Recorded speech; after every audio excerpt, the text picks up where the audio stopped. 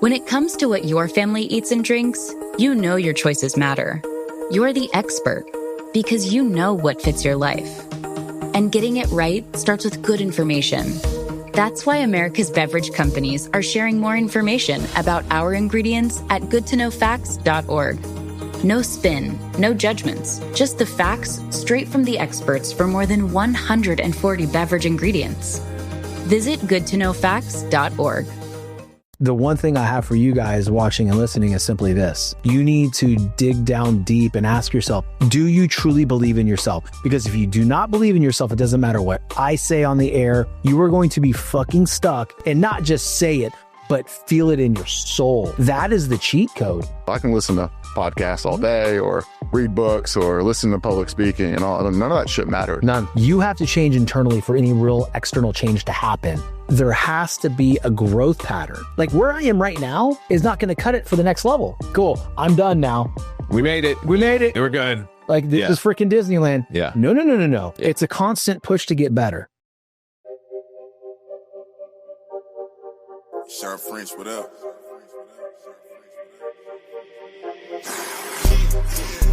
This one luck, I let the pain inspire me. I put my all in everything I'm doing. Up until it's done, I'm me for the entirety. I put it in overtime, I be working. Just know I'ma go for mine, cause I earned it. They watching, I know it's time. I confirmed it. A whole society determined to show. What's up, everybody? Welcome back to another episode of The Determined Society. I am your host, Shawn French. Thanks for watching. Before I introduce my two amazing guests this morning, I want to ask you, if this is the first time you are listening or watching this episode, please subscribe on Spotify, YouTube, and Apple Podcasts. Leave an amazing review, and hey, share the episode with someone that you know, love, and trust. Today, I have a great treat for you guys. I got two individuals here that are absolute badasses here in Norfolk, Virginia. I have LJ Hunt and Julian Rivera. They work out of Iron Valley in Norfolk, and they have an amazing culture. And we're here to talk about their journey today and their company. So, boys, welcome to the show. Thanks for having us. What's up, Shawn? Dude, chilling, man. Those push-ups are fun. That gets the blood flowing, gets you like right in the headspace. Even if you had a workout this morning, it's just like, just love it. Do you know what's crazy this morning, guys? So, I get up and my team was telling me, hey, don't get up till 5. You need to sleep. My eyes opened at like 2:30 in the morning. Finally went back to sleep. And then I was like, fuck, I just got up at 4, right? Like normal. Go down the gym or up to the gym for like an hour and 15 minutes, man. I had that place to myself. It's a win. Nice. It was cool, man. Yeah. It was cool. I'm like thinking the whole time, I'm like, man, I remember, when When did making plans get this complicated? It's time to streamline with WhatsApp, the secure messaging app that brings the whole group together. Use polls to settle dinner plans. Send event invites and pin messages so no one forgets Mom's 60th. And never miss a meme or milestone. All protected with end-to-end encryption. It's time for WhatsApp. Message privately with everyone. Learn more at whatsapp.com. going on the road, I would bring my workout stuff and that would never go. Right. And now it's like today was a non-negotiable for me, right? And I was there, and that kind of discipline really, helps throughout the whole day. Yeah. You make that first tough decision, guys. It's, it always helps. So anyway, tell me about you. Let's start with LJ. LJ, tell the audience about yourself a little bit, briefly, kind of give the background, how you came to Iron Valley, maybe your past, and, we'll do the same thing with our boy Julian here, and then we'll get down and dirty. Well, I'm a local here in the area, Hampton Roads area. My family kind of got pieced together. So my mother's from Boston, my dad's from here, grandparents from Akron, Ohio, came because of the military. Then, talking about myself is not the best thing that I do, man. I'm not going to tell you.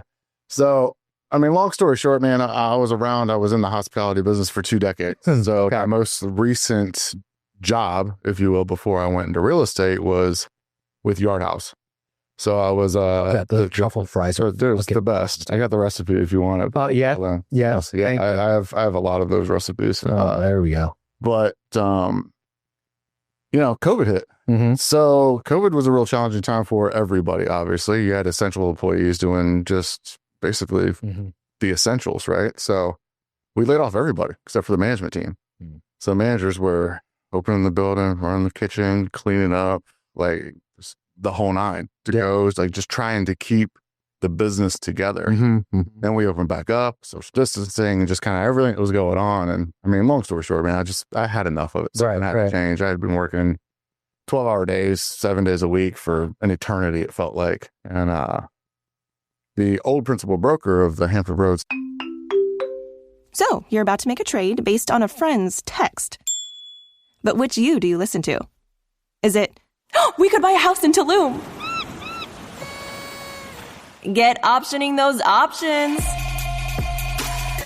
We could lose everything. Or let's do a little research. Get your head in the trade and make the investment decision that's right for you. Learn more at finra.org/trade smart. And Iron Valley used to come in, you know, obviously before everything shut down. And he used to try and get me into real estate all the time. You got the personality for it. You can do it. Like, you're a local. You got all these connections. Like, he would love it. So when things started kind of happening, it was like, all right, well, maybe I'll make this move. Maybe I'll make this move. And then obviously I got to my breaking point and I said, all right, I'm going to do it. So I went all in, man. I just seriously all in. I drained my 401k. I quit my job. I took the test in November of 2020. Didn't get technically licensed until January of 2021. 15th, just a couple of days ago, was my 4-year anniversary. Congratulations. And then just took off. Yeah. What was some of the things that held you back, or that, you know, when you start talking about it, right? Because there's a level of fear, right? I would say probably of, okay, I'm in the hospitality business for 20 years. And now this gentleman is saying that I would be great in real estate. What, that in between, when you were hesitating, or not even hesitating, before you pulled the trigger, was there some sort of fear or kind of a mindset thing that you were battling with for you? Absolutely. What was that? I mean, I think it's with anybody that's got the old JOB, really. It's the first thing is really believing in yourself. You know, I didn't realize it, but investing in yourself just in general is something that we don't do. Yeah. You know, you live in paycheck to paycheck or just getting paid by somebody else. You don't have that self-confidence that you would normally have, especially if you're an entrepreneur or a business person. So I've realized, you know, I was always taking care of other people, whether, of course, my family, the team members, you know, the people in the kitchen, the guests that were coming in. And I wasn't really taking care of myself. Yeah. And probably didn't even realize that until maybe a year or so in. And you were just talking, you know, about how you woke up and went to the gym and all those sort of things. Like, I do the same thing, but my gym's in my house, you know, and I literally just have a bench and some dumbbells, and it's my alone time. I need you to talk to my wife. Okay. I really want a home gym. Yeah. I mean, it's amazing because it's about time as well. Like, I don't have to drive to the gym. I don't have to get dressed. I don't have to do anything. Like, I literally wake up, I have my coffee, I have my water, do a little meditation, relax, pump some iron, and I'm done for the day. Then I can help you operate through your day. Clarity. You know, the thing, it's the worst, man. Like, you are tired when you wake up. Yeah. But just a little bit of water, a little hydration, relaxed. I feel like that point right there, like when your alarm goes off and you don't want to get up and go do the hard shit, right? If we give into that, you know, inner voice that says, don't do it. And, you know, our brain is wired to keep us safe from anything, right? And it doesn't want to take that risk. It wants to feel comfortable. But when we decide to take that move, no matter what we feel emotionally, and go do the workout, right? Have the water, have the coffee. And then no matter how bad we feel at that moment right there, we just start moving our body. Yeah. And then after 10 minutes, like, you forget that you didn't even want to be there. Yep. And now your next decision that's supposed to be hard becomes easy because you've already set the tone for the fucking discipline. It's so important. Everybody thinks like waking up in the morning, you know, at 4 a.m., and going to the gym is a flex for social media. That's bullshit. What it is for me, I have 3 children and a wife. I don't want to take time away from them. I want to knock it out, and I want to be able to get to my house by, you know, 6:15, help the kids get out the door, make their breakfast and their lunches and their snacks and all that kind of stuff. Make my wife's coffee, make sure that the car's packed so she can, you know, take them to school, right? Knowing that I've completed more than most people are going to complete their whole fucking day. You're just in a good mood. Yeah. Like when I do it, I'm just happy. I'm like, all right, let's do this. Yeah, this is awesome. Crazy. Yeah, it's true. My man, LJ. It's because I'm the DJ. That's why. DJ, No, it is. That's why. It is why. Talk about yourself, man. You have another like interesting part of you that I want to highlight too, man.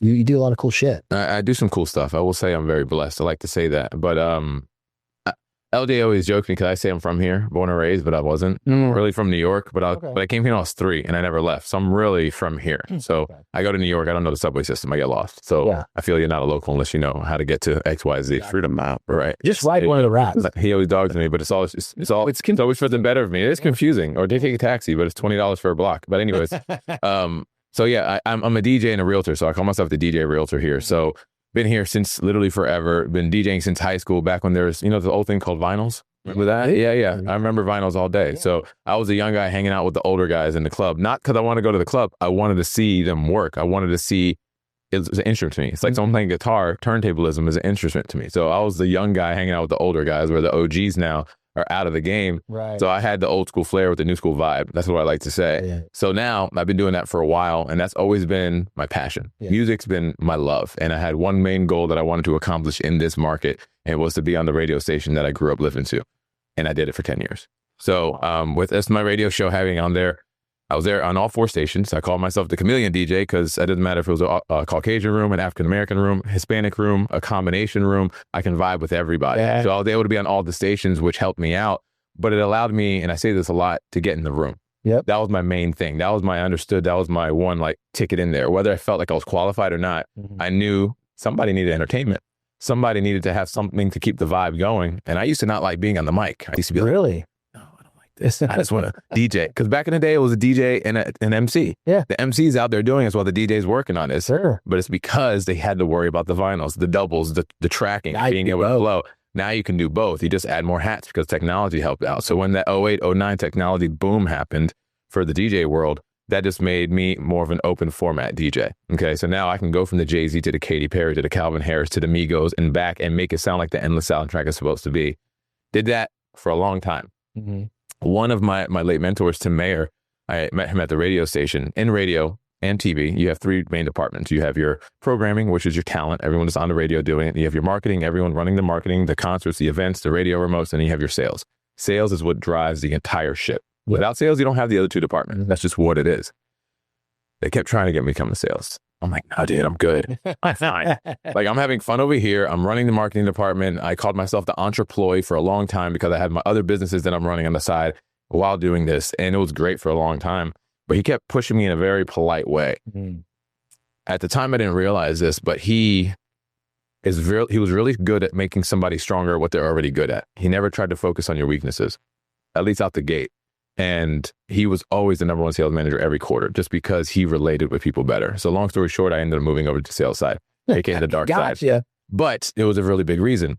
I was making good money doing what I was doing, but I was writing it all off. So what couldn't I get by doing that? A house. And I need to get a house because, fun fact, I have 5 kids. You do? I know I look good. It's crazy. It's I know. It's like, it doesn't even look like you had one. Exactly. That's the goal here. That's why we got to stay in shape. That's why we do push-ups before the show. My oldest just turned 21 on Wednesday. Wow. Yeah. So 21 and then 19, 16, and then I have 8 and 3. Talk about age gap.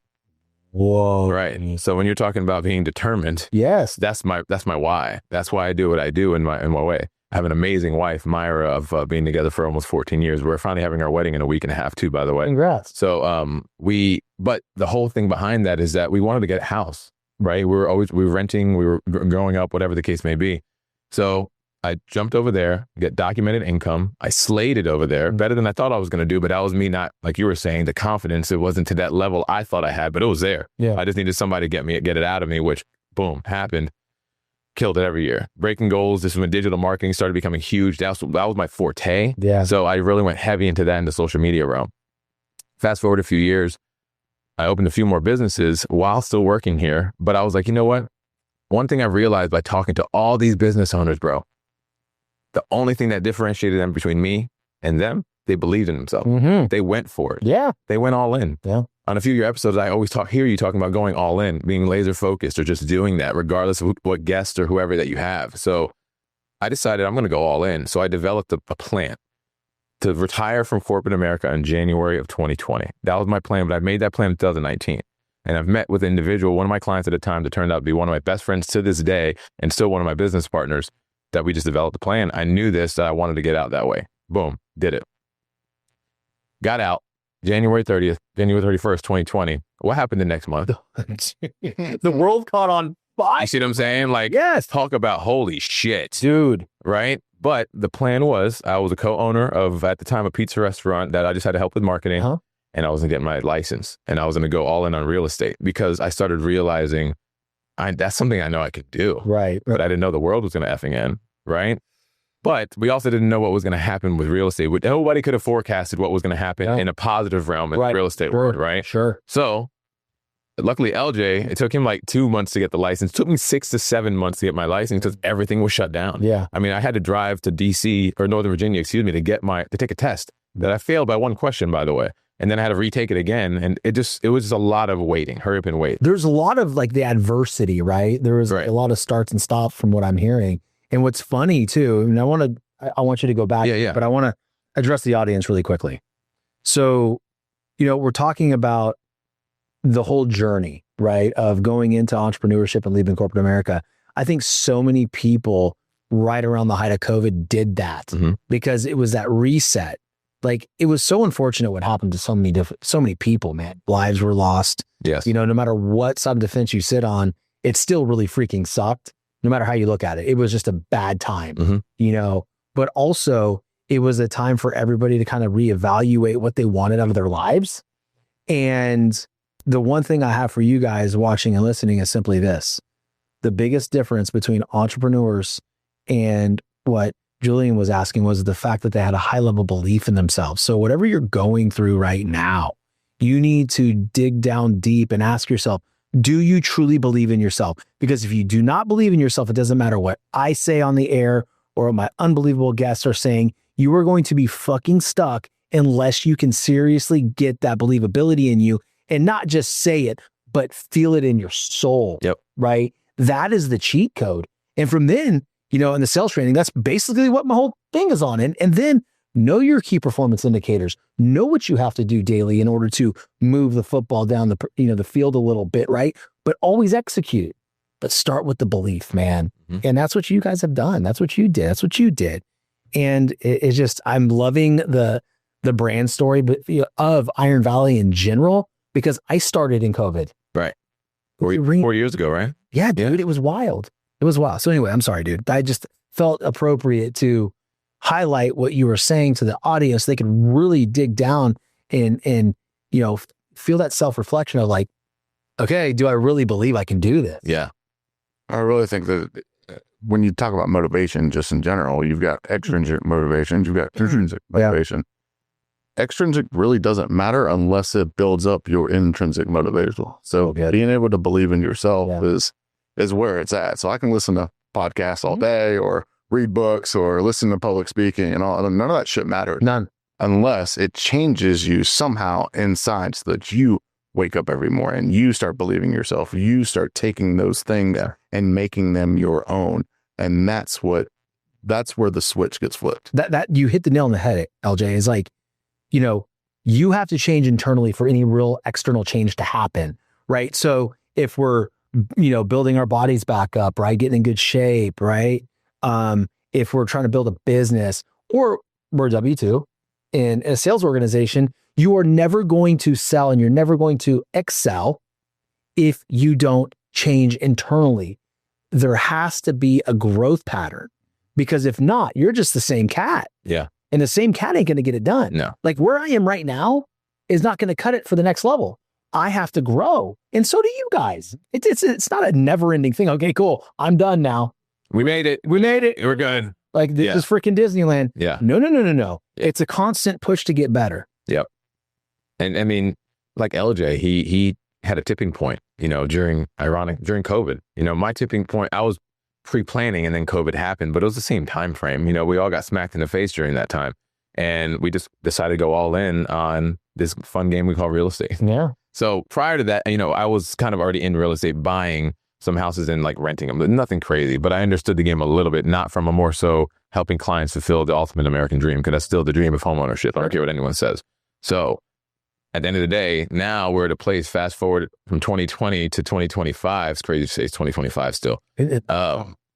We've just gotten to a place now we really had to grow. So what's the next level? So we did a bunch of years. I can speak for LJ on this one. LJ just kicks ass, by the way. Let me just stop real quick. He hates talking about himself because he's so effing good. And I say that, and not in a cocky way.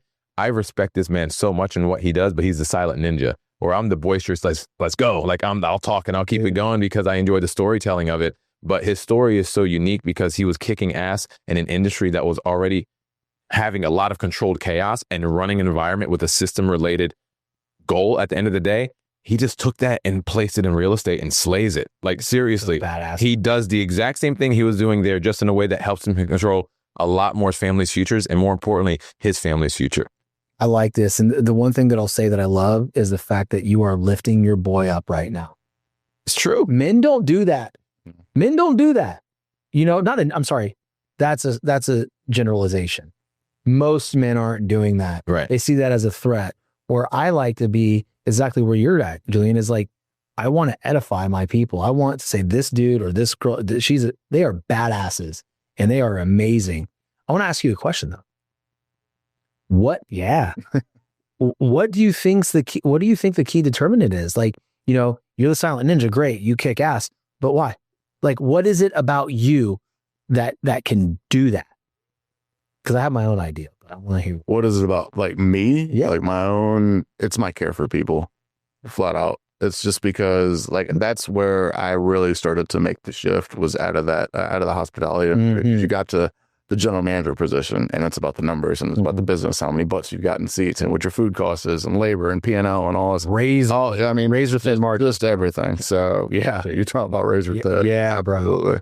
Even in our labor market. And it just really, we used to say it's about the people, but you can't really touch 500 people that come into the restaurant at a given time. You can try and teach your people in order to do that. And I just felt like that I'd lost the connection between actually changing people's lives, right? You go, hey, happy birthday, here's a brownie, whatever. Yeah. Now I literally get to, here's your brownie, here's your birthday song, like whatever. But now, when I get a phone call from a past client or, a lead from the internet or whatever it is, like I'm getting ready to help them purchase a home, the proverbial, American dream. There's a easy way to do it, and that's with knowledge and comfort and low stress. And then there is a very challenging way to do it. Realtors just in general have a bad rap in the industry because of how much money we make or whatever it is. But if you're doing it the right way, it's so gratifying for the people and for me itself. So I've grown from being able to do that with my clients to still doing it with my clients, but also now teaching agents how to do it properly and teaching others how to focus on their business so that they can do it, so that they can teach more people. So I'm getting to the point now where it's like I'm spiderwebbing everything that I can do for more people and actually touching more lives and helping more people. And I think that's where it burns from more than anything after that.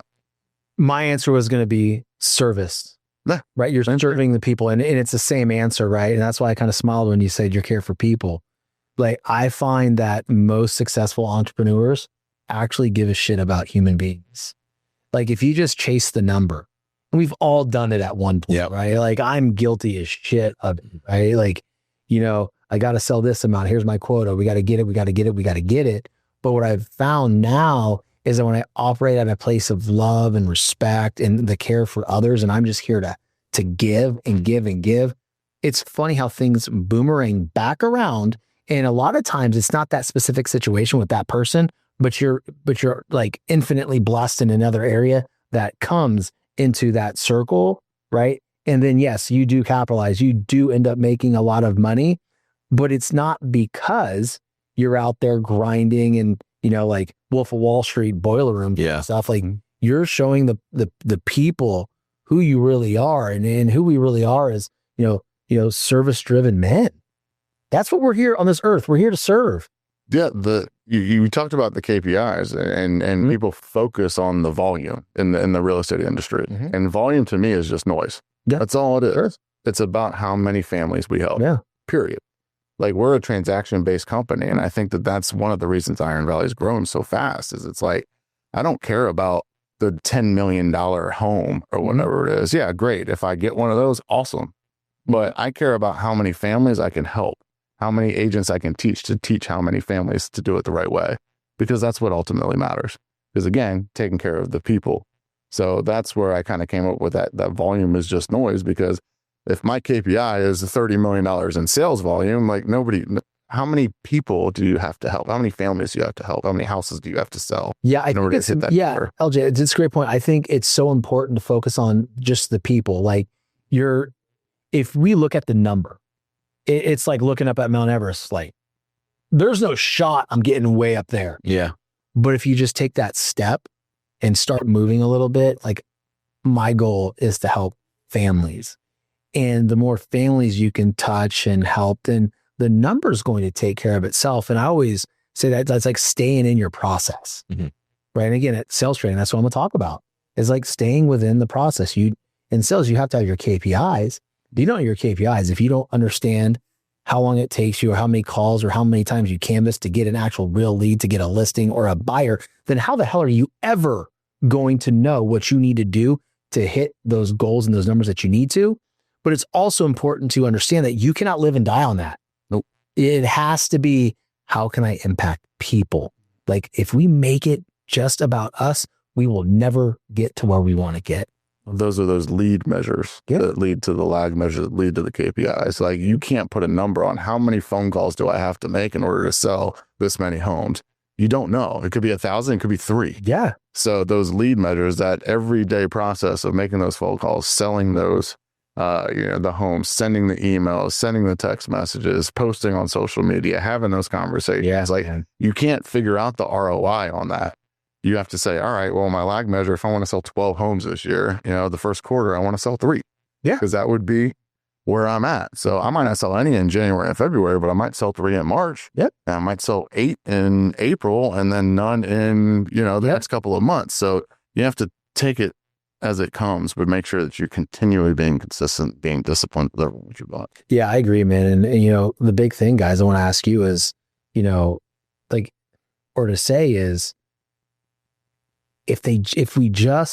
people just focus on that activity and let that be the journey or the reward, those results are going to come quicker. Because when you focus on this isn't working, or like a quid pro quo, right? Well, if I make this many calls this week, then I'm gonna get X in return. No, bad move, man. What are your thoughts about that, Julian? Well, a lot of the time I've been saying this for a while, it's if the client wins, you win by default. I don't care what that win looks like, but understanding that if you're doing right by the people, in theory, karma pays you back tenfold. But the more you do it, the more you might get good karma. Yeah. And that could be health, wealth, or a mix of everything in between. In theory, in real estate, we're talking about this. Obviously, if you sell, you get paid. But again, like LJ is saying, it's about who you're serving. Yeah. Because the biggest compliment, in my opinion, is a referral. It's been like that since day one when it comes down to DJing, real estate, or any other businesses. I operate my entire DJ business by referral. And we still operate to this day. And last year I did 112 gigs myself and booked over 200 for my company. That's just the DJ world. That's not even including real estate. So off to the side, by the way, it's just, when I say we do this, like we do this, but it's not a flex. It's more of a thank you, because they allow us to help create those memories. Because 20 in units in the Hampton Roads area, that guy over there, just so you know. Amazing. That's just real estate. So but like LJ has taken his systems and processes and just what he's learned and put it in real estate. It's the same thing I've done from the entertainment world. So weddings, real estate, I use this a lot. There's 3 very important memories people have. Usually when you get married, when you buy or sell a house, and you have a baby. Yep. And I can help with 2 of those 3 things, because I'm not going to help people deliver babies. I tell that all the time. But with that, I can't be there for that. Yeah, I'm not going to do that. I'm not getting my doctorate. Sorry, ladies. But with those 2 things, it coincides because it's a memory. Yep. They're going to remember you, either you suck or you slayed it. There's really no middle ground. So as long as I know we can deliver and they win, by default, we win. And what's that win look like outside of just getting compensated? Probably another referral, probably a good review online, probably them just talking good about yourself, or like, no, I know him too. Yeah, I was a good guy. Yeah. That goes further than anything to me, because your reputation is specifically, I'm pretty sure in any market, but in this market, since it's the biggest, smallest market in the country, as we call it here, and it's a very transient market. Yeah. We lose and gain, 300,000 people every year because of the military, give or take. Coming in and out of the market, and if we're affecting lives that are now traveling all over the place in some way, shape, or form, I can't tell you how many times somebody in San Diego or Arkansas or whatever the hell refer someone to me because I helped them while they were here, whether I helped them with a house, an event, or I was just nice to them. Love it, man. It's so funny too. And like, I want to get your guys' feedback on it. I always look at it like this, and my manager, who's one of my best friends now, my old manager at Paychex, he is my district sales manager. He brought me in there. He took a chance on me. It took me from, coaching baseball and teaching and making like maybe 40 grand a year. And I turned into one of the top salespeople in the country at Paychex. And there's like 2,000 of them in that division, right? It was a small to mid-sized business division. We call it SMB.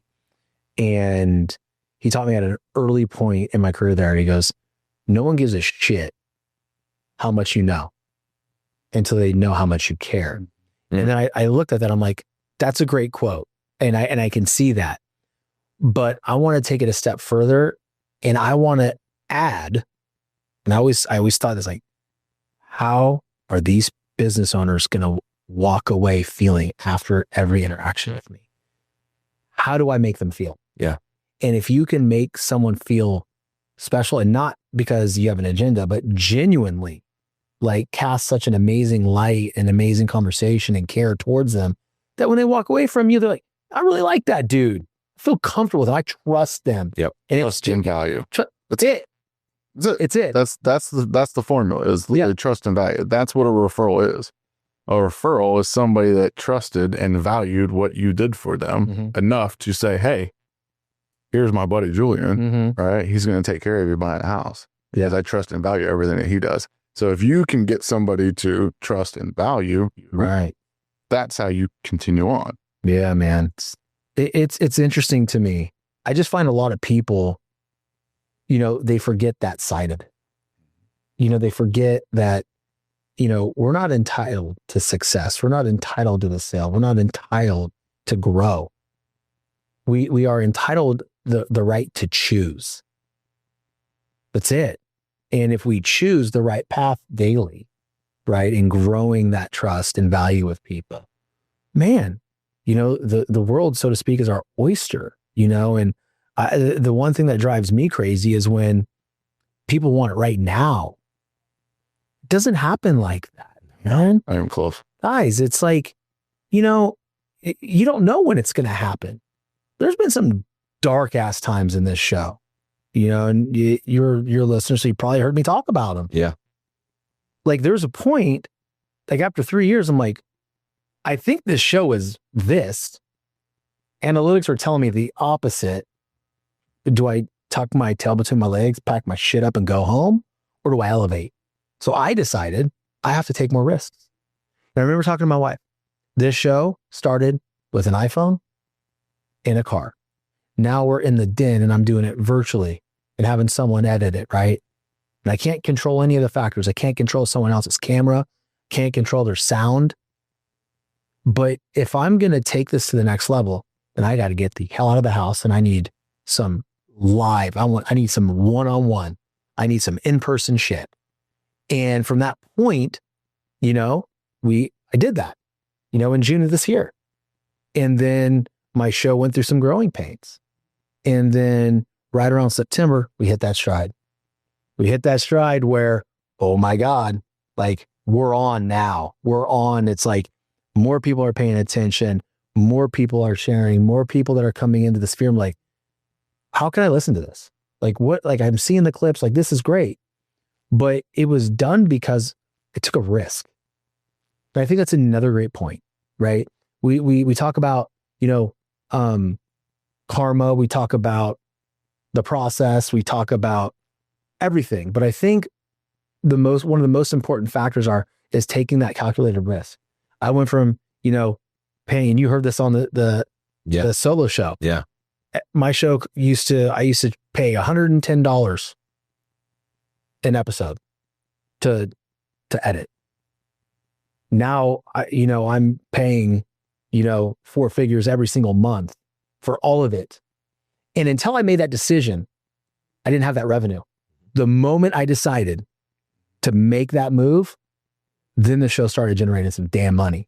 Well, you had to start monetizing, like you were saying. Yeah. Monetizing the show, it takes not everybody, some faster, some longer, but the average on a business is getting to a point, 3 years of sucking, like for better, just sucking in general, of sucking it and making it make sense to get to that point of, I finally fucking made it. You know what I'm saying? Yeah. And they're not necessarily sucking in that way. It's more so eating shit, learning, failing, moving forward, failing first attempt and learning, learn again. And then now you're finally here, but you had to monetize to get there. And then you say, you're not going to hear ads. You can hear some premium ads because we're finally at this place where we need to get this show to the next level, really because the audience is asking for it. Yeah. If the analytics are there and it's stating that you're going to be growing, then this is what we need to do to grow. Dude, it's so wild, man. That's literally what it is. Yeah, it's literally what it is. And I know the listeners, like some people, like they really hate ads. Like, I just want to listen to the show. Right. Well, listen, guys, I just want to be honest, is when we have a show like this and the production value and the scale that we want to be,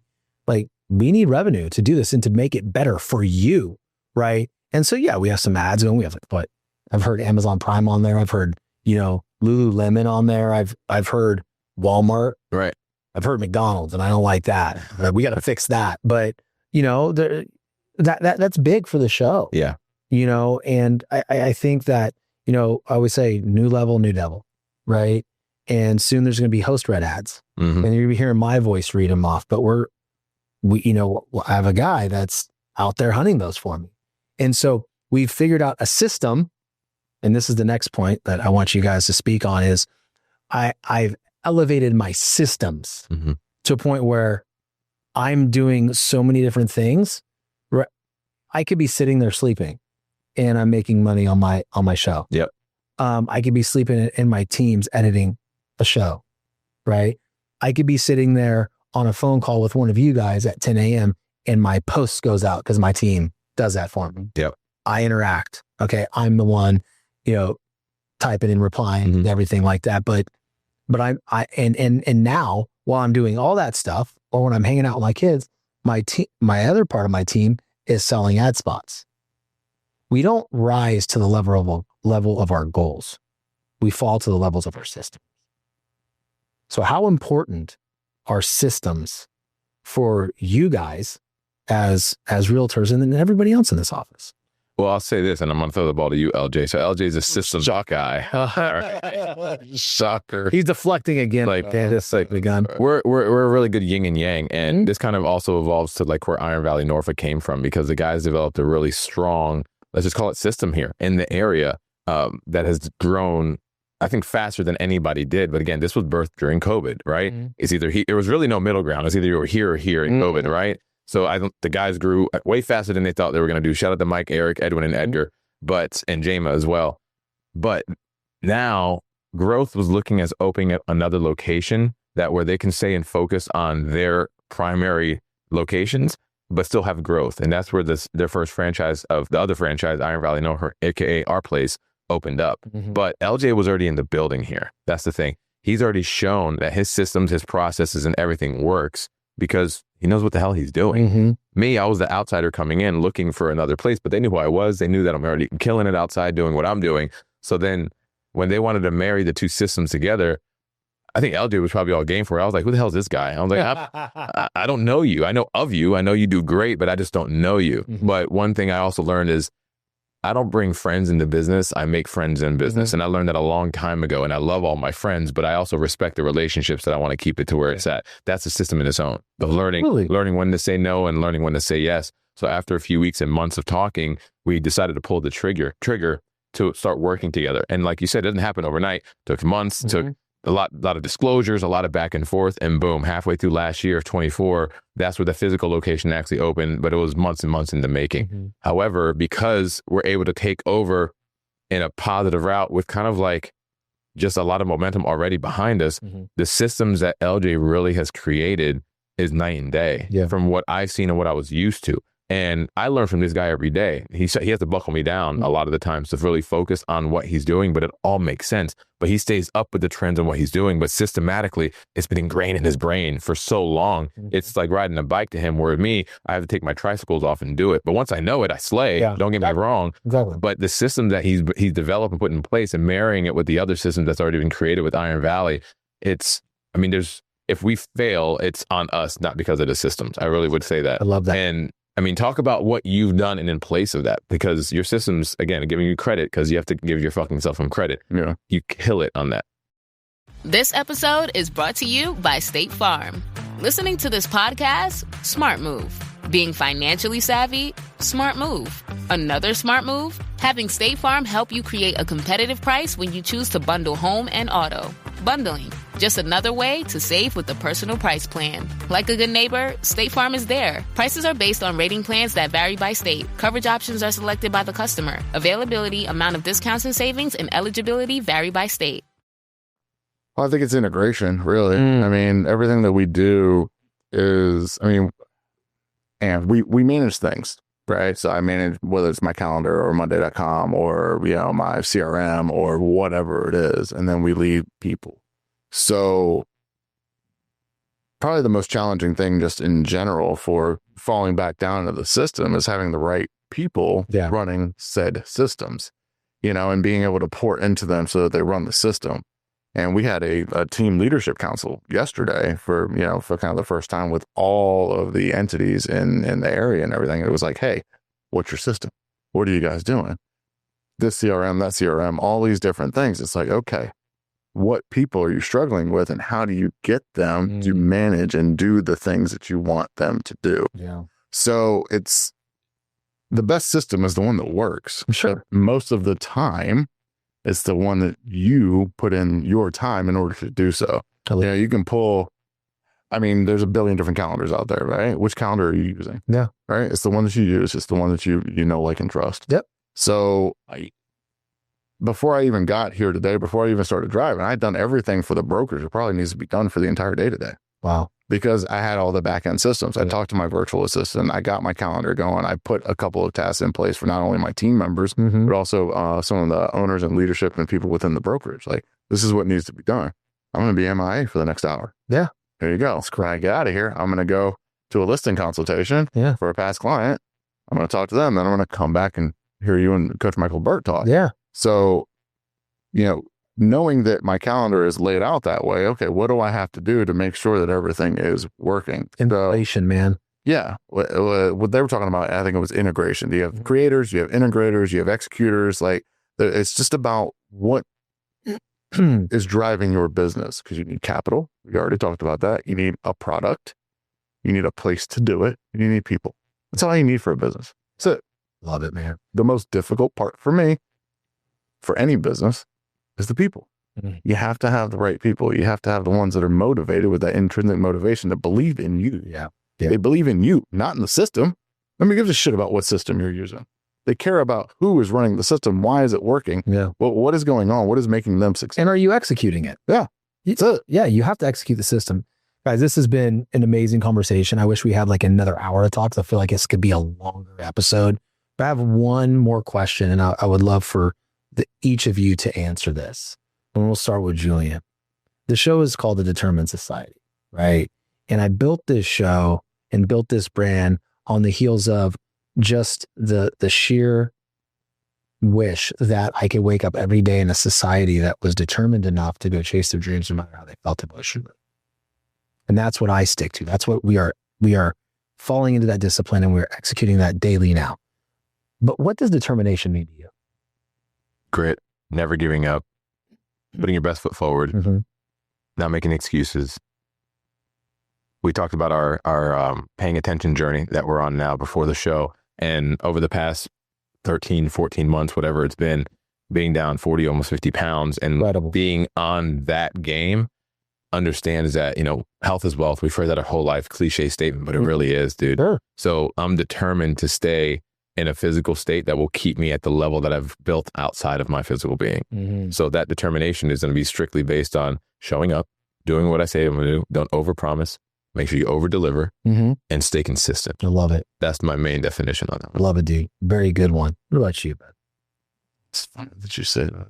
Real funny that you say that, because just thinking about the word determined kicks me into what my 2025 word for the year is. And it's forward. Nice. It's forward. We're going to keep going forward. And odds are we're going to get kicked back. Yeah. I mean, that's just what happens. When you're trying to succeed, you fail. You were talking about it earlier. But if you keep going forward and you are determined as you are going forward, you're never going to fail. Right. Because when you fail, you quit. Yep. That's when you actually fail. Yep. Is when you quit. Exactly. So keep going forward means that you have to be determined in order to do so. I love it. Period. It's very good. Well, guys, listen, I've had an amazing time with you guys, and I'm so excited for the sales training that me and Coach Michael Bird are going to do. I'm excited for the event tonight. I'm excited for the big event tomorrow. This has been such an amazing experience for me. And I got here just yesterday. I'm truly starting to really understand what Michael and Tim Lewis have been talking about this whole time with just this community. Everybody is top notch. Everybody is focused on people, and everybody is disciplined. And to me, determination is about grit, but mostly it's about discipline, right? Like, what can I do every single day to keep going? And it doesn't have to be flashy, sexy, or just mean, or like, oh, I'm determined. I'm, David Goggins. Let David Goggins and Andy Frisella and all them, Jocko, be them. But you guys out there, be you. And what does determination mean to you? I want you to think of that right now, because determination to you right now could mean you're in a depressed state, and you just getting out and walking 10, 15 minutes is determination. And I want you to give yourself that grace. And then as you get better and you put more habits in place, then the determination level switches. But the determination factor is just the amount of guts to keep moving forward when nobody's paying attention, when nobody is clapping, when you just feel like breaking down and crying. Those are the moments you move forward. So again, I just want to thank you guys for coming on this show and giving the audience a massive amount of value and becoming new friends of mine. It means a lot. And man, I just appreciate it, John. I really do. High fives. Cool. Thank you for your time. You got it, man. Thank you. Until next time, guys, I want you to do one thing. I want you to share this episode with someone you feel needs to hear it. Don't forget to leave some comments on Spotify so I can go in there and reply back to you. And I would love to hear what you guys want me to talk about next. But until then, stay determined. Shawn French, what up?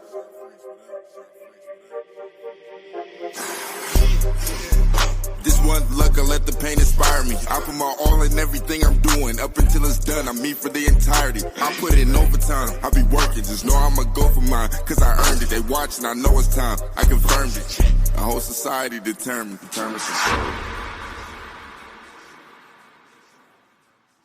Rinse takes your laundry and hand delivers it to your door, expertly cleaned and folded. So you could take the time once spent folding and sorting and waiting to finally pursue a whole new version of you. Like Tea Time You. Or this Tea Time You. Or even this Tea Time You. Said you hear about Dave? Or even Tea Time You. So update on Dave. It's up to you. We'll take the laundry. Rinse. It's time to be great.